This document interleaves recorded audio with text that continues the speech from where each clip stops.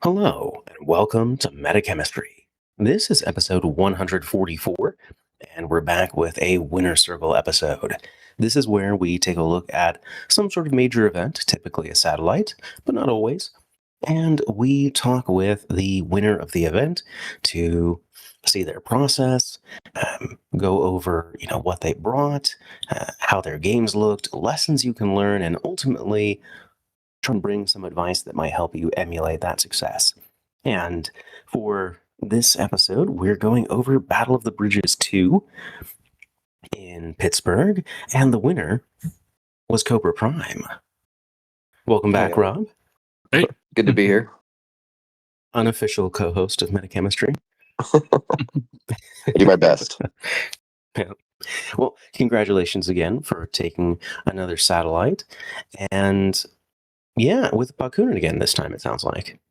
Yeah, I'm still trying to ramp up for Interplanetario, and I had planned to take Bakunin to Interplanetario, so I'm trying to play them almost exclusively. I get a little bored, so I'll play a local tournament every now and then with something else.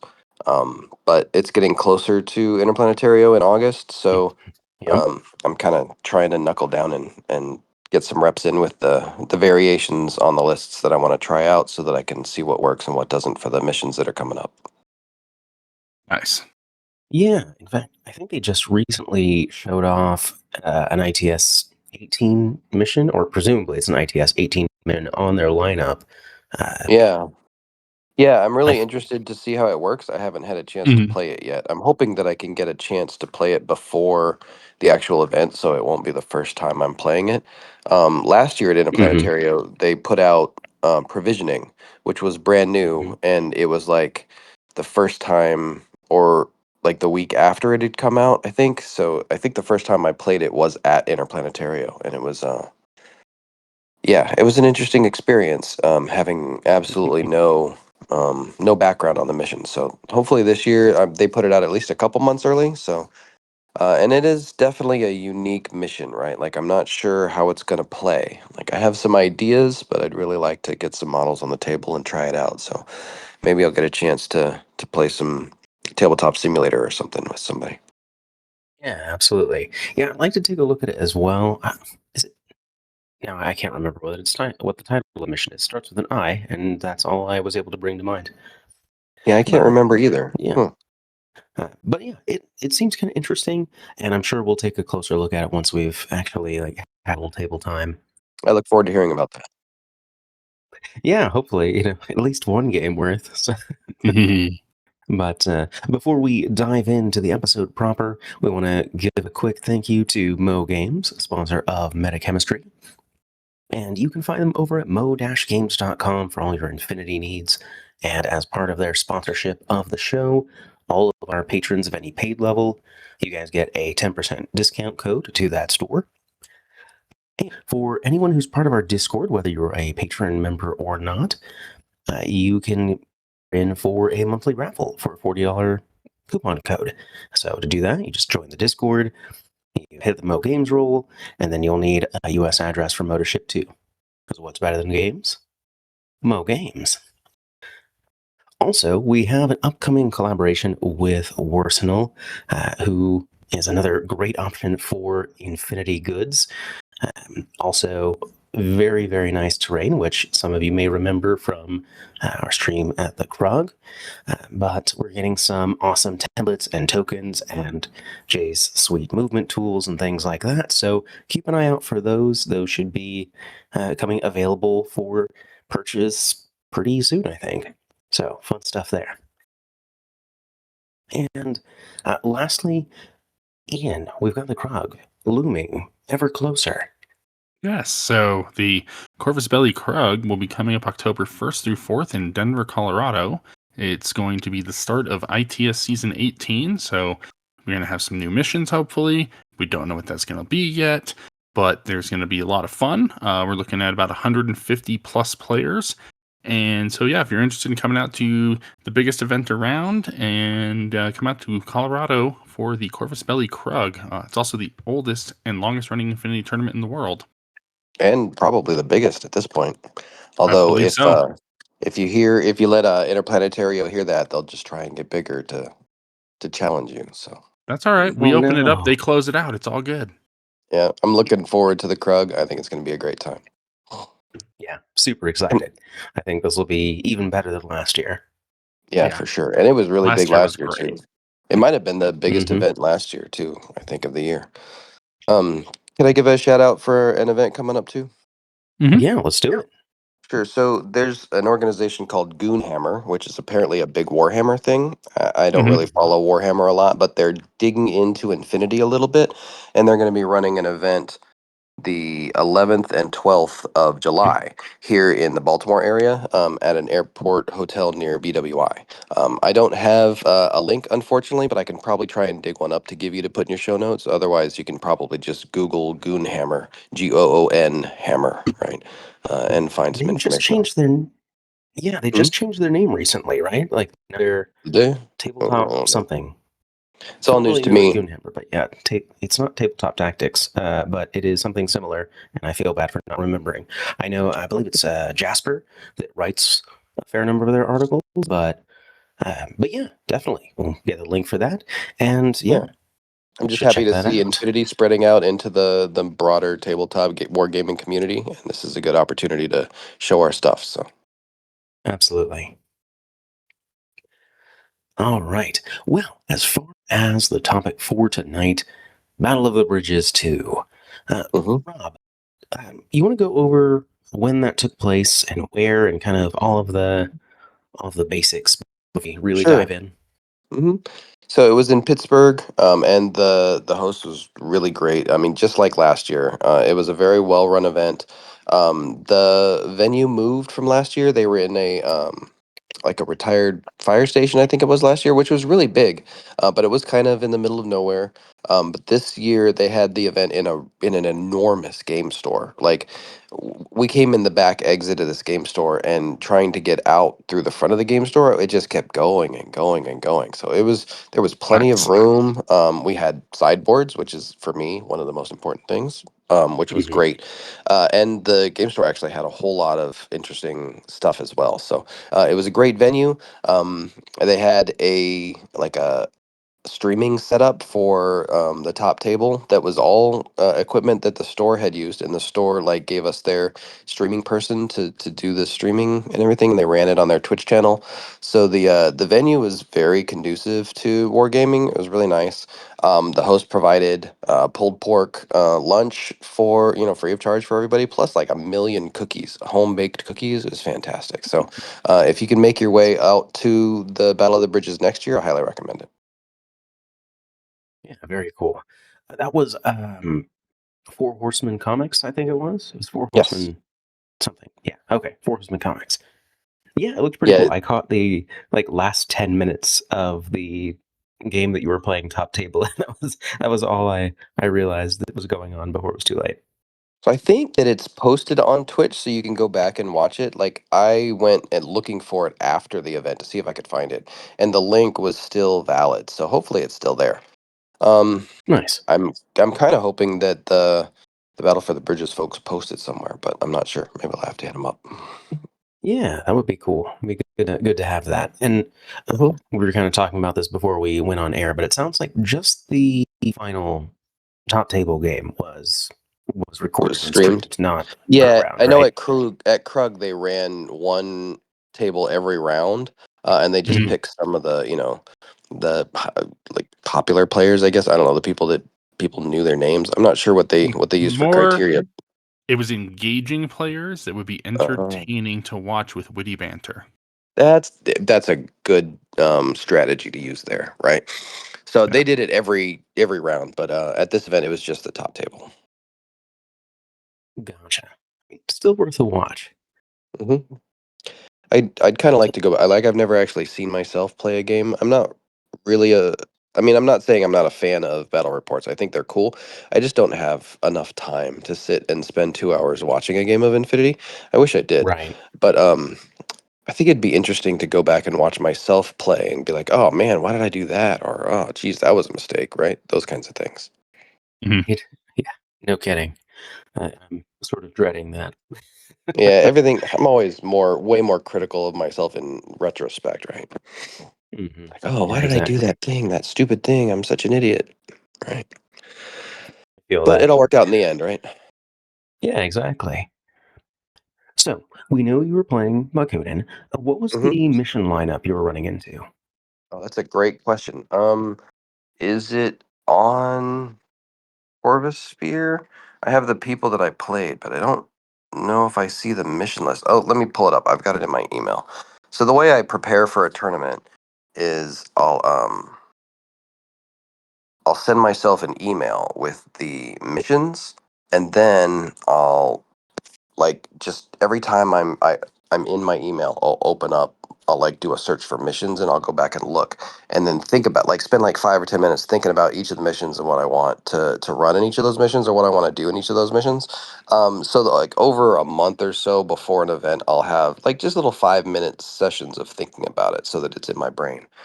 So the mission set was hardlock, crossing lines, achial interference, provisionings, and area of interest. Okay, gotcha. Yeah, that's a pretty good spread, and Yeah. So that's hardlock. pretty evenly split. Yeah, it was. I think that most of the missions in this season are some variation on you have to go to a place on the table, do a specific thing, and Hmm. the strategy is prevent your opponent from doing that while stopping your opponent from preventing you from doing that, I suppose, Hmm. is the way to put it. Sure, Which sure.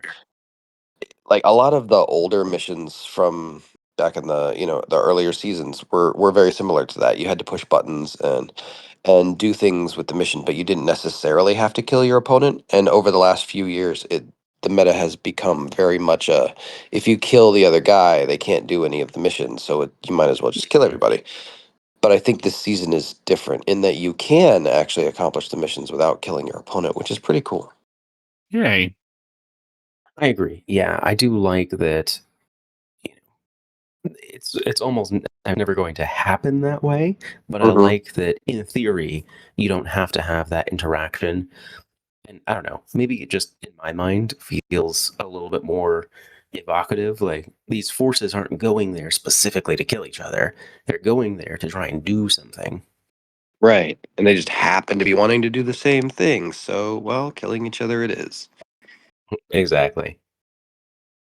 So, I unfortunately have a terrible memory about events and past games and such. And I've played another event since that, which further muddies my memory. So, yeah, I played an event yesterday. And, I don't have a great memory of play by play for each of these events, but I can talk a little bit about each opponent. My strength of Yeah. schedule was pretty intense. Round one on Hardlock, I played Knight X, who was the guy that I played at top table at the Battle of the Bridges last year. So he Huh? was a very good player. Hardlock was an intense battle, and I remember it was a very close game, but I managed to pull it out. For crossing lines, I played against Locke, who I know you often play against, and he is also incredibly good. Hmm. Yep. And when I show up at an event and I look around at all the people I'm scared of, he's one of those guys that goes, "Oh man, Shane's here. I gotta watch out." Right. Um, Yep. Round three was Achiel Interference, and I played Savant or James Chavot, Hmm. also an indie alum who I see every year at Gen Con. Shout out for Gen Con. Go to Gen Con. Play Infinity at Gen Con. Yeah. Thank you, I'll James, be for there. running Infinity at Gen Con. Yeah, Come I'll be say there. hi. Yay. Um, then round four provisioning was against Kitten Marines, who you just had on the show. Um, and he played provisionings in the event at Adepticon that he won, right? And he actually talked about it on your Right. show. And I Hmm. kind of wish that I had listened to your show before going to the Battle of the Bridges. So he mentioned like that he was playing the same lists that he was playing at Adepticon, and I said, "Oh darn! I guess I should have listened to your metachemistry episode." He's like, "Oh yeah, I was wondering if you had." And then after listening to the metachemistry episode, I was like, "Holy crap! He really did play the same list, and that would have been really useful information to have." But one of the Right. things that he said in your interview, because like provisioning is one of those kinds of missions where you can just completely avoid killing the enemy and go and do the mission. And he had talked about how at Adepticon he had done exactly that. He had avoided killing the enemy and he had focused really hard on doing the mission. But when he played against me, his bloodlust got up and he went on a killing rampage and just started shooting everything, right? And I think it was because he was successful at killing stuff at the beginning of the game. But doing that ended up him not actually getting a chance to do the mission. And even though most of my like powerful pieces had been decimated, I still had some specialists to run up and do the mission, and he couldn't recover from getting the boxes out of the zone that I had put them in. Because with provisioning, it's all about getting those boxes into the zone, right? And Yep. yeah, at the end of the game, I had boxes in a zone, and he couldn't make the the run to get his box into the zone, so I ended up taking it out. But I think that if he had avoided killing me in the first turn and just gone for the boxes, it would have been a completely different game. So, my advice to all of you is to follow Kitten Marine's original advice, not what he did at the Battle for the Bridges. Fair. Yeah, and I wonder if part of that, if I had to guess on Alex's behalf, is that, like you said, that some of it, if he knocked down a piece or two quickly and then hoping to just cripple you because, obviously you're a well-renowned player. And so if he can, like, kind of get the advantage and put you on the back foot early, hopefully that's enough to sweep the Yeah. rest of the game, but apparently not. Well, he In this certainly case. did that. Like, he definitely put me on the back foot early with some early wins. I think I managed to fight back a little bit at least. And of course, like I said, I managed to do the mission. One Mhm. of the things about the current meta is that there's a lot of capability to stop your opponent from seeing you, right? Like disco balls are prevalent, eclipse smoke or regular Mhm. smoke is prevalent. Like there's a lot more white noise than there used to be. So vision control, there's a lot more access to it universally across all armies. Um, so it seems a lot easier to deny your opponent the opportunity to protect things, which I'm not sure is necessarily a good thing. But there are counters to that too. I mean, the high mobility of flyers means that there's always an opportunity to get something into your opponent's deployment zone to get back an objective that's been taken there, right? Or um, there's certainly options like drop troops or infiltrators to put models in the correct position to get back stuff that's been taken away early. But um, I'm not sure if the prevalence of disco balls is a good thing or a bad thing. I'm still trying to decide. Yeah, it's kind of a double-edged sword, right? Like it's nice to have a tool that allows players to be like, hey, I'm on the back foot. I've lost my long-range piece, or I've lost my tool for dealing with said ARO, or whatever the case may be. I have a way to kind of circumvent this. But if they become too prevalent, then it's like, okay, well, now we're turning the game into something that's not very interactive. And so I can just block sight to all the things I need to get to and then just run home. Exactly. I think that was what was happening 2 years ago when Steel Phalanx was really prevalent, and everybody Mhm. was using Eclipse Smoke to basically shut off interactivity between the sides and just do what they wanted. Or, Yeah, use it as a way to run up and stab things in the face with a sword, which, Steel Phalanx is very good with. And I had my favorite. thought that they were sort of moving away from that, but then disco balls came out, and now everybody has +1 SD disco balls. So I don't know. Yeah, the limited or the disposable quality of them is kind of meant to keep them in check. I mean, baggage has become a lot more favored, but Mhm. that also means you have to run back in range of your baggage unit, generally speaking. Yeah, for So sure. yeah, it kind of depends. Hmm. Yeah, I'm not sure.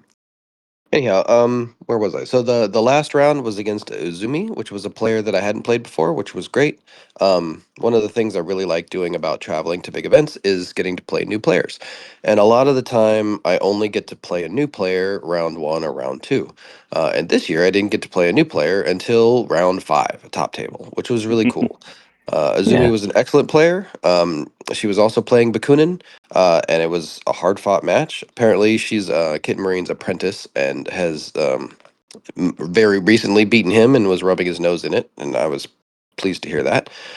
And she definitely held the flag. Like it was a hard match, and I was worried about the result all the way up until the end. So um, again, I'm unfortunately not great at remembering everything that happened. I know that we had some hot red eye on red eye action. I mean, not red eyes. What am I talking about? Go pod. Hot Pods. go pod on go pod action. The red eye has obviously scarred me deeply. Um, because Kid Marines used the red eye, and so did Mm. Bill. I think it was. I don't know. The flyers have been appearing recently in my nightmares, so I've been spending a lot of time thinking about them and how they've changed the meta. And if we have some time, I'd like to talk about it. And just like put my thoughts out there into the airwaves. Yeah. Now, before we get to that, is that something you feel like? Did you prep for that going into this event? In which Mm-hmm. case, I'd love to talk about a little bit of your list building philosophy first, and then lead Sure. into that. Yeah, absolutely. I did, in fact. So what I've been doing is keeping the same one list, right? And then changing around Mm. my second list, right? And for my second list this time, I actually added my own flyer. And this is the first tournament that I've played a flyer, mostly because I hadn't had one painted. But I just got a flyer. Like, I don't have like all of them, and I don't have a GoPod, unfortunately. I just ordered one, so Hmm. I will soon. But Nice.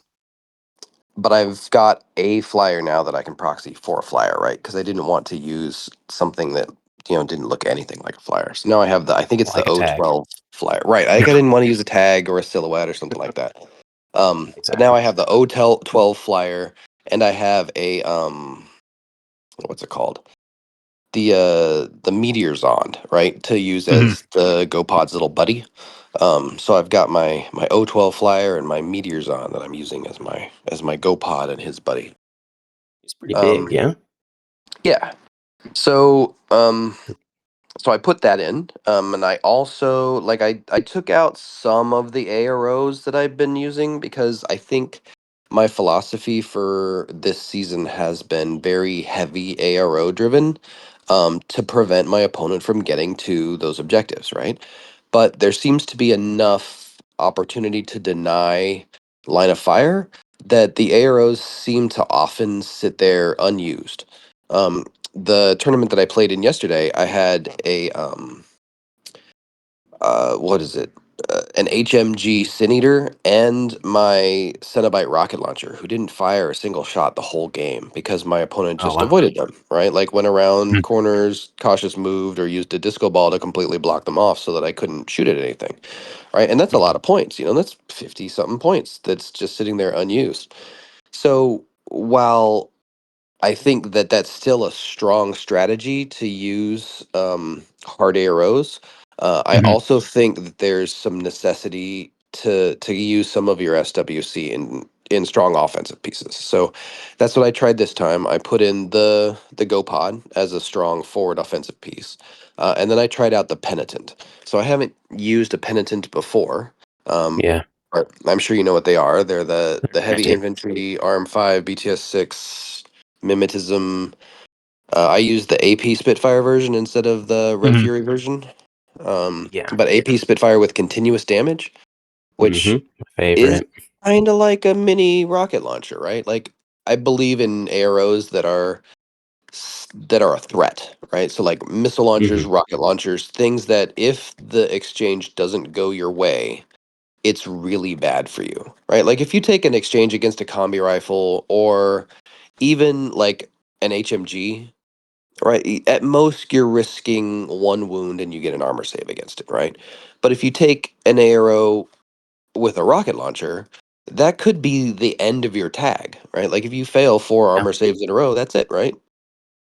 And I think that happened to Agamemnon um, against Savant Oh in no. game three, right? He took an arrow against a rocket launcher and just burned to death. And like that happens to me, I know, all the time. Fire is my bane. So having the continuous damage on the penitent is a real benefit for me. Like I'll leave that guy out in a row shooting burst 2 with Spitfire with his mimetism and his warhorse to ignore the what's it BS called? minus 3. Yeah, BS minus 3, which is Yeah. also pretty prevalent. And that's a pretty solid ARO piece, right? Like I won't put him in a spot where anybody can see him, but if I need him to protect a certain lane, and then on my turn use him as an aggressive piece to move up and start taking objectives, I figured that would be a good plan, and it did in Yeah. fact work out pretty well. I put him in a fire team with the Orphan Engineer and the Cenobite heavy rocket launcher. And I left the Cenobite heavy rocket launcher up on arrow. It usually died, and then I could take the duo of the Penitent and the Orphan forward, go do objectives, shoot the crap out of stuff, etc. Makes sense. Yeah, and I feel like, I mean, maybe, I don't know if this had come up in Bound for the Bridges, but I feel like the Penitent is a pretty nasty suppressive piece too. Yes, absolutely. So I'm always torn on whether it's a better idea to keep a fire team and have burst 2 and arrow, or to go into suppressive, have worse range bands, and have Mhm. burst 3, right? Like that's always a decision to make. And it usually comes down to whether or not I have an available order that I don't have something more important to do with. Now, once the fire team's broken, like if I lose my engineer or whatever, and I no longer have burst 2, then it's a pretty easy decision to put it into suppressive fire. But Mhm. otherwise, I'm usually going to rely on that burst 2, um, and not bother with the suppressifier. So I don't know. I think I've kind of moved away from suppressifier as it seems to be really easy to break. I mean, one Yeah. spec fire shot or a hack or anything, to make your opponent do something other than just shoot, and the suppressifier state's gone and it's an order wasted. So I don't know. That's perfectly fair. I was just musing on what the BTS of a Penitent was. I feel like they might be BTS 3. Are they? Let me check. I'm Let not me check. I'm not I think I've got positive Go Pod Penitent. because I was Yes, thinking they're we immune. do have ECM Hacker -3, so it's harder to That have. helps. And being Yeah, because I was warhorses, they can't be isolated. So isolated. Exactly. Yeah, I was thinking like, how bad is it? But bad enough. yeah, yeah, they're Arm 5 BTS 3, not 6. But 2 wounds, Yeah. mimetism, ECM Hacker -3. They are religious. BS 13, pretty good shooter. Yeah. And they have BS. Well, at least this one has BS attack continuous damage, which means his heavy pistol is also continuous damage, which is pretty nice. Gross. Yeah. Yeah. I mean, sometimes that matters. Does. Got to run right up on those objectives sometimes and pop somebody with your pistol. Yep. AP heavy pistol with continuous damage is no joke. Yeah. So another change that I made to my lists, in preparation for this event, specifically to deal with flyers, was I swapped out my 0 forward observer for a 0 hacker, a regular hacker. Mm-hmm. And I was kind of torn on that because having a midfield specialist be a hacker opens them up to other threats that they wouldn't otherwise have to worry about, right? Like it's much easier to kill a midfield hacker than it is to kill a midfield forward observer because all you Hmm. have to do is get, a repeater in zone of control of them. It's much harder to hide them. Even if you re-camo them, they're much more vulnerable to being dealt with, than the forward observer is. But flyers have been such a prevalent threat. I think I've seen a flyer in almost every round of every tournament that I've been in the last couple of months. Um, and having a hacker that I can counter deploy their flyer with to put it in the path that it's going to travel, has been critical in preventing those flyers from wreaking havoc on my deployment zone. So I think that using this piece, it definitely did, die a lot more than my forward observer did. But I think it definitely made its weight in preventing flyers from having free reign over the board. That said, Yeah. even in the game that I didn't face a flyer, I faced Savant playing Steel Phalanx, and they don't have a flyer, but he did have a tag, which is almost as good, in my opinion. So I think that flyers and tags share a lot of strengths and weaknesses. They're very similar in design, I think. It's a lot easier to take a flyer than it is to take a tag. Right. That's true. Yeah, and that's kind of one of the things I'm really excited for as a recording, the Maze Breaker army update hasn't happened. But we've seen the profile, so I'm excited for the Naga hacker for that reason, at least in part, because they get a special die on Carbonite, so they have a pretty good chance of landing something. Oh yeah, that means they get to use it in ARO. That's fantastic. Yeah, so things like I that, was or EM mines. In fact, I was listening to Metachemistry and listening to the profile updates that you guys were putting out, and I was thinking that this release is an answer to the flyer problem, right? Like, A little I bit. think that Corvus Belly doesn't nerf things. Instead, they make other things that counter those things more prevalent, right? So, Mhm.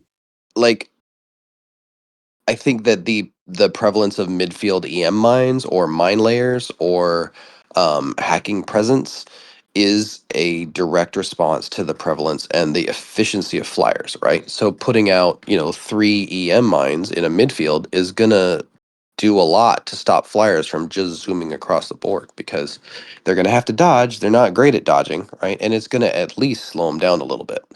Yeah, for sure. Yeah, and especially if you can layer defenses, which I think for OSS, as an example, since we're kind of on the subject, they'll be able to do that. Like you can have, a scout bot mine laying EM mines and maybe a Daciu with some viral mines. Not that viral mines are especially good against them, but then still have a Naga that is going to provoke a hacking arrow and Mhm. kind of like, okay, well, you're running out of things to do if you're in this general area of the board. Right. Yeah, and I think that that's the answer to the Flyers is that you need midfield presence in order to slow them down, right? Like I've seen a lot of people turtle up, right? And I think that that was the last problem that CB was addressing, and I think CB addressed the fact that everybody was just turtling up with Flyers, right? Because Sure. Flyers don't care if you're turtled up; they're going to come get you.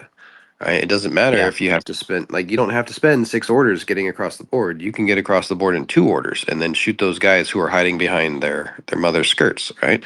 It's a combat game. You're supposed to be shooting each other. So I think that that's why flyers are as good as they are, is because too many people were turtling up and not engaging in combat. And now that flyers are too good, I think that we're seeing a lot more midfield presence in some of the new units coming out, and that's designed to counter the flyers. Yeah, I could certainly see some of that. And I agree. Like, I basically, with any sort of like experienced player, generally speaking, like null deployments don't really happen anymore. Hmm. Like, there's always some stuff to watch, like a semi-large area, Mhm. because yeah, you can't just stick everybody prone and expect that to keep you safe anymore. Right. No, But there's too many AD troops. There's too many fast units now. Things like that. You have to have at least 1 or 2 decent hard AROs if you're going second. Like you just have all to. Yeah, and I think that the mission lineup actually definitely lends to that strategy as well. Because if you null deploy and hide everything, then your opponent can just run out and do the mission and not worry about killing you, and Yeah. can win the event. I played a game just yesterday against Bill Faint. He's a Hmm. really good player, and he stomped everybody with his next wave coming up to top table to fight me yesterday. And he didn't really hide everything. Like he had his invisible dinosaur things The out there puzzlers. to defend stuff, right?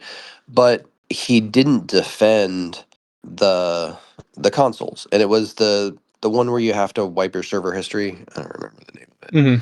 Corporate appropriation. I think that's it, right? And so I just ran up, Sure. grabbed the thing, ran back to my deployment zone, and hid. And I didn't have to fight anything to do that.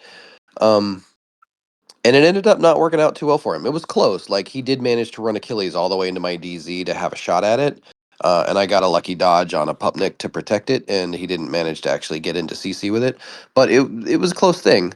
Um, Yeah, but that's the closest to a null deploy that I've seen in a long time, and I think that that's because of the prevalence of flyers. So I don't know.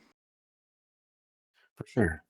So, generally speaking, as far as getting ready for things, especially with the increasing appearance of flyers, Mhm. midfield defenses, and other hard arrows were things that were featuring in your list.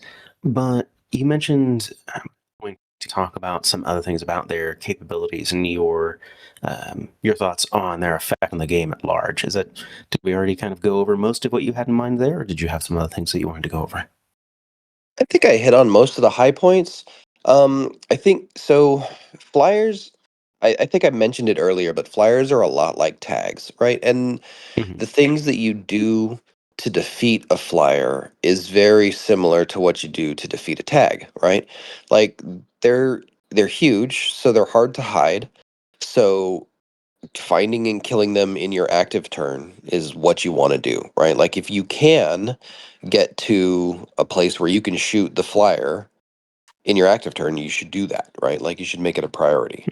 Um, if you can't, like it's actually hidden very well, there's a good chance that that flyer is not in the best position. Now, flyers move super fast, so being in a bad position in the DZ isn't really that big a deal. But the fact that there's only maybe two, possibly three buildings at most in any given DZ that will actually effectively hide a flyer means that you can pretty much tell once that flyer's on the board where it has to go, which means that counter deploying it is a lot easier. So, what I've been doing is keeping back for my reserve model um, the things that I would use to counter deploy a flyer, or like my midfield hacker, or my my total reaction HMG, or in my case, an HMG Sin Eater, right? And in fact, Yeah, I started taking the HMG Sin Eater over the Sniper Sin Eater to avoid all the albedo and white noise that I was seeing. Um, sure. but the burst 4 is much more likely to land a hit on those hard to hit flyers than the burst 2 multi sniper, since they don't have cover anyways. The marksmanship doesn't really do anything. So having that extra burst is uh, a game changer when it goes against flyers. So if I hold back my hacker and my HMG, total reaction HMG, to counter the flyer, that means that they're going to have a much more difficult time getting across the board to a place where they can shoot all my stuff, because they're going to have to go through those two things first. If I Sure. were using mine laying infiltrators, I would definitely be holding those back to place in positions where it's difficult to shoot the mine, but a flyer is going to have to fly past that building to get to me, which means they're going to have to deal with the mine, right? Because mines take up a pretty good area. Um, Hmm. Same with pitchers. If you have the opportunity to go first, putting out some pitchers in the way of the flyer that are difficult to get to is a real effective means of pinning them down. So I think that all of the cyber warfare that has been more prevalent recently um, is in large part to help defend against flyers. And I think that that's actually part of the reason that like OSS is getting a lot of ECM hacker -3, right? Because hacking is getting good. Hacking is getting dangerous, and hacking is getting necessary, which means that those things that are hackable, that is not really the target of all of this increased hacking presence, need to be better at not being hacked, which I think is why OSS got all of the buffs against hacking. I could certainly see that. And yeah, just narratively, I was really happy to see some of those things. It's been fun to kind of check out some of the fluff on that. But Yeah, yeah, I you'd agree. think that I they'd think be good that, at that, right? right? Yeah. Being the, networked intelligence and all Hmm. that, but Yeah. What I'd weird. really like to see is a zero pain working like hackers do in real life, where they can protect your network. So, CB, if you're Sure. listening to this, please fix zero pain, allow it to work to nullify a hacking attack, even if the hacker using zero pain is not the target of the hacking attack. Which means that Mm. as long as the hacker's in the hacking zone and gets an arrow against the hacker, that hacker can't kill my buddy who's standing right next to me while I'm, hacking to try and defend him with my zero pain, right? Yeah, And I'd love that. it's really just like a slight wording change to make it clear that it can nullify a hacking attack even if they're not the target. And that would make hacking the way, work the way it does in real life, where your hackers can actually protect your team instead of just, standing there while they get killed. Hmm. sure. Yeah, I think that would be a great change. I really like. I mean, that was always the problem with defensive hacking devices for Hmm. older editions and things like that, is that they Yeah, you're only not going to worked for attack the you. defensive hacker. Yeah, it's like it's so much easier to just put a bullet in them instead because they're so specialized in stopping hacking. Right. But alas, Reflecting was nice. Reflecting the attack back was peak. yeah, that was fun. I So, think I've got out everything that I wanted to talk about flyers, right? So I think that they are definitely powerful. They're definitely strong. I think a lot of the reason that they're strong is because the models are really cool. It's kind of the reason they were trying to make tags, better because having big mhm, stompy robots on the table makes the game look awesome. Um, sure. but tags have always been relatively balanced by being very hackable and controllable by your opponent. Um, I think that a lot of the way the new factions are coming out and the additions to some of the older factions that we're getting are designed to defend against those things, and I'm looking forward to seeing more of that. So I think that if we just all take into account the fact that there's going to be, an 11-2 speeding death dealing machine coming at our faces and that we need to defend against it, need to be prepared to defend against it. Um, they'll calm down and people will stop taking them in every single list. Mm-hmm. Yeah, they are. It's kind of funny because locally, I feel like they haven't caught on very much. Uh, Hmm. but I don't know. I mean, I feel like part of it, my perception is colored by the escalation leak that I've been running for the last almost 3 months that just wrapped up. But that's not something that really screams super useful to a newer player, I think. But an Yeah, they experienced look player who really knows how to cool, but maneuver. yeah, I think that they're probably intimidating to a newer player because they're very, there's a lot of intricate parts and it's a big fancy flying robot thing. And I Mm-hmm. mean, I know I wouldn't want to try and paint one. Um, Yeah, but yeah, I mean, but they do the look rules suit. really cool, man. They look so cool. Yeah, for sure. Yeah, I'm really excited to see what the OSS flyer looks like. I'm just really curious as to the design, seeing like an Aleph flyer at this point. Yeah, there was a drop I just saw on Discord. It was a counter aerial or anti-aerial unit. I don't remember what it was for. Um, but I'm wondering if it's the start of anti-air batteries. If we're getting some Hmm. kind of anti-air unit to specifically defend against flyers, because I think that would be really interesting. Yeah, that would be interesting. I wonder how such a thing would work specifically well against flyers, but not against other units Yeah, I'm necessarily. not sure. But yeah, I didn't catch that one. I'm looking for it in the Discord, but I'm not finding it, so I'm not sure. I don't No remember worries. which Discord it was in, so. But anyhow, So I yeah, don't want to bog us so down it. Hmm. no worries. So would you say that for Battle of the Bridges, was that kind of the main thing you were worried about? Is this kind of the most, is this where you started specifically like anti-flyer prepping, or has that been something you've been Yes. accounting for longer? Okay. No, no, this is the first event that I actually specifically said, okay, flyers are a problem. Flyers kill me a lot. How do I stop the flyers? Right. And I thought about it and I'm like, well, flyers are basically tags. So how do I stop a tag? I already know how to stop a tag. You got to hack it. You got to kill all of the other models that feed it orders. Or you got to run up to it and kill it in CC. Well, you can't run up and kill a flyer in CC, which is a problem. Yep. Um, I guess you can also shoot a tag in the active turn with tag specific killing weapons, right? Which is Yeah. not quite the same for flyers, but only because the weapons that you need to kill it are different. Like you don't need armor piercing necessarily, unless it's that dang armor 6 BTS 6 monster in Pano. But but you need the right kind of vision, right? Like you either need Yeah. MSV or Warhorse or whatever the thing is that they've got, because they've got all the different mods, so you never know exactly which one you're going to get. So that's one of the reasons I took the penitent, right? Is because I've seen and been schooled by a GoPod a couple times, and the penitent's much better at shooting GoPods. So Yeah. that's one of the reasons I added him in there, because he's got the Warhorse to avoid the -3. And then I've got Sure. MSV1, a bunch of MSV1, which also helps. So Hmm. yeah. Yeah, I was going to The ask unit. earlier. Go ahead. I was going to ask earlier about Riot Girls and if that was something that you might look at for anti-flyer tech. But then you'd mentioned the um, gaining prevalence on white noise and the like. So I figured that kind Yeah, of answered that. I definitely bring Riot Girls. Like I always bring a boarding shotgun Riot Girl with the Tinbot 6 With the to Timbot. pair with Mhm. Huhahu for my hacking support. And Yeah. then I bring either the Disco Ball multi rifle or the Spitfire to go along with them to make a Harry's.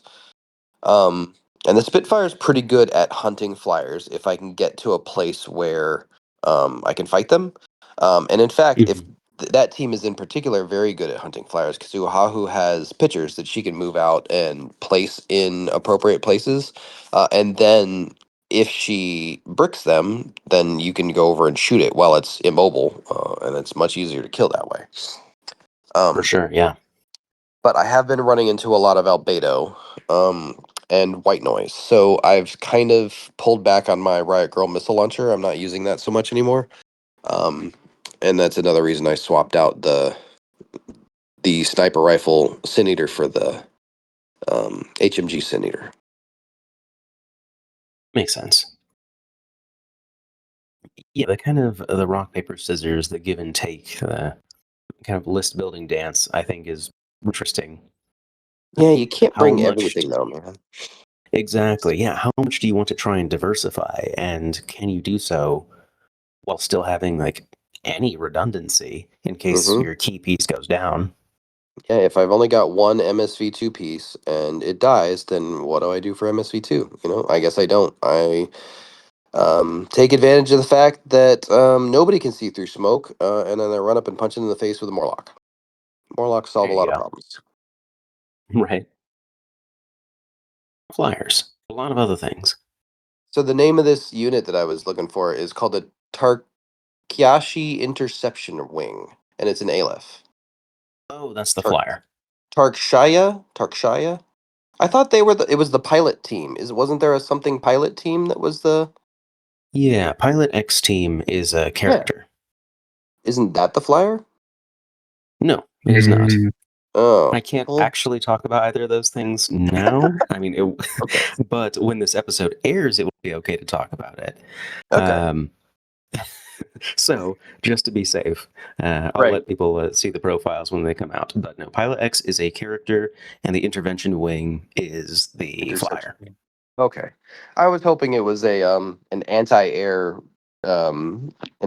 piece, but oh well, I guess I'll keep dreaming about my anti-air piece. I think it'll be a decent dogfighter. Oh, that'd be cool actually. Um yeah, some flyer on flyer action. Like I mentioned at Yeah. top table, GoPod on GoPod action. It was pretty good. Yeah. So, I think with that, we're getting close to wrapping up for final thoughts. But I did want to take a step back and say thank you to all of our supporters on Patreon, as well as our other listeners, and just generally folks who take the time to interact with us and hear what we have to say and engage with us and make this all worth doing. As far as our Patreon goes, if that's something that you're interested in joining up and you're able to support us in that way, you can find us over at patreon.com/metachemistry. And we have a handful of benefits that we offer in exchange. Things like early access to episodes, final voting on polls. We have some patron-specific channels on the Discord to hang out in and things like that. But even if that's not your cup of tea, we'd love to have you on the Discord. It's a free and open community to jump in on if you're looking to talk more Infinity. And other than those couple channels, uh, there's all kinds of stuff going on. There's sweet tables and painted miniatures and list discussion and riding the hype train on new releases and all that good Infinity stuff. So you can find us in the show notes as always. We hope to see you there. And I'll be there. If you have any questions you want to ask me, just at me in one of those Discord channels, and I'd be happy to talk to you. Yay! Yeah. Yeah, great place to come find us. So we're always happy to chat. So, with that said, Rob, final thoughts on Battle of the Bridges Part 2. So, as I said earlier, it was a great event.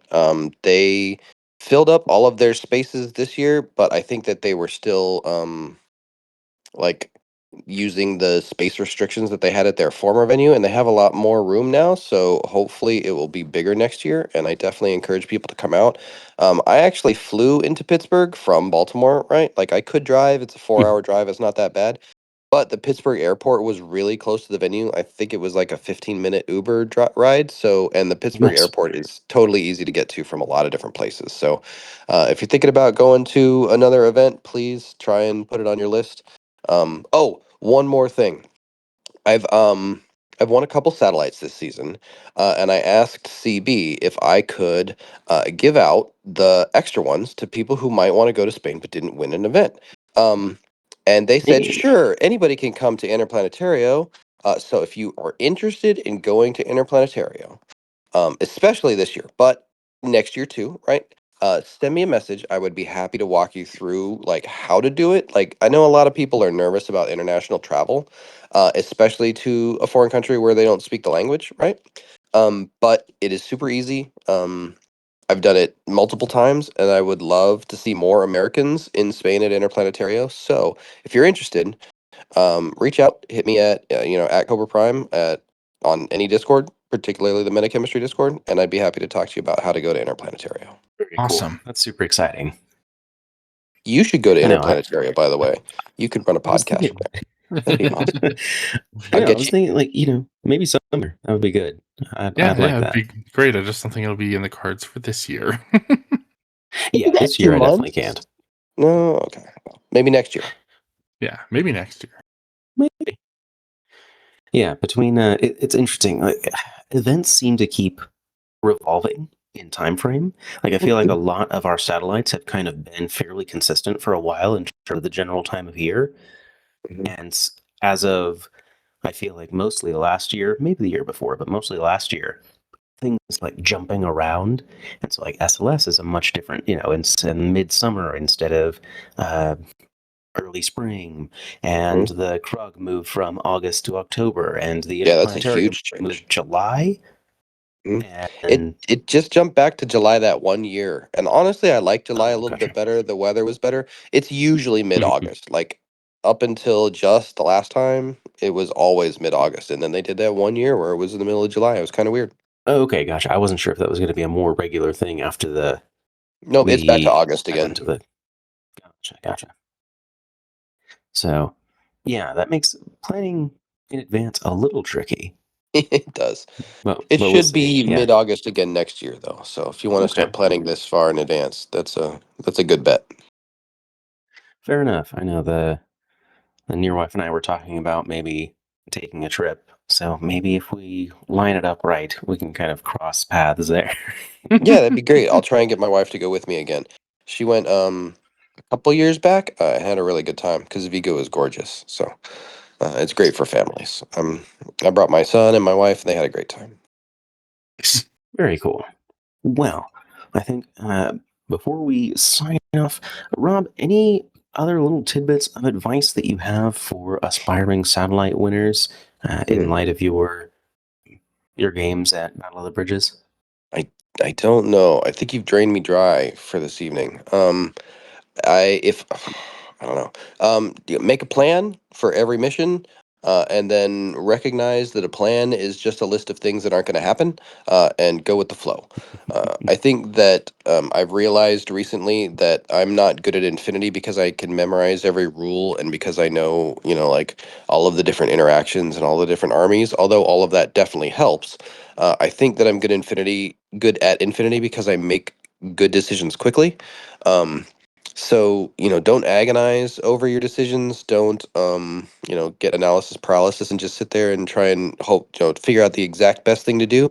Just think as quickly as you can and practice thinking as quickly as you can the right decision, and then remember what the right decision was. Like when you go back afterwards and think about the things that you did wrong, go, okay, I should have done this, and then next time you'll remember that and do that instead, and that's how you get better at Infinity. So I guess There you that's the go. last tip I can give out. Sounds good. Well, we really appreciate you joining us, Rob. As always, it's been great to have you. It is always a pleasure, Devin. Thank you for having me. Yep. Thanks for being Of on. course. Yeah.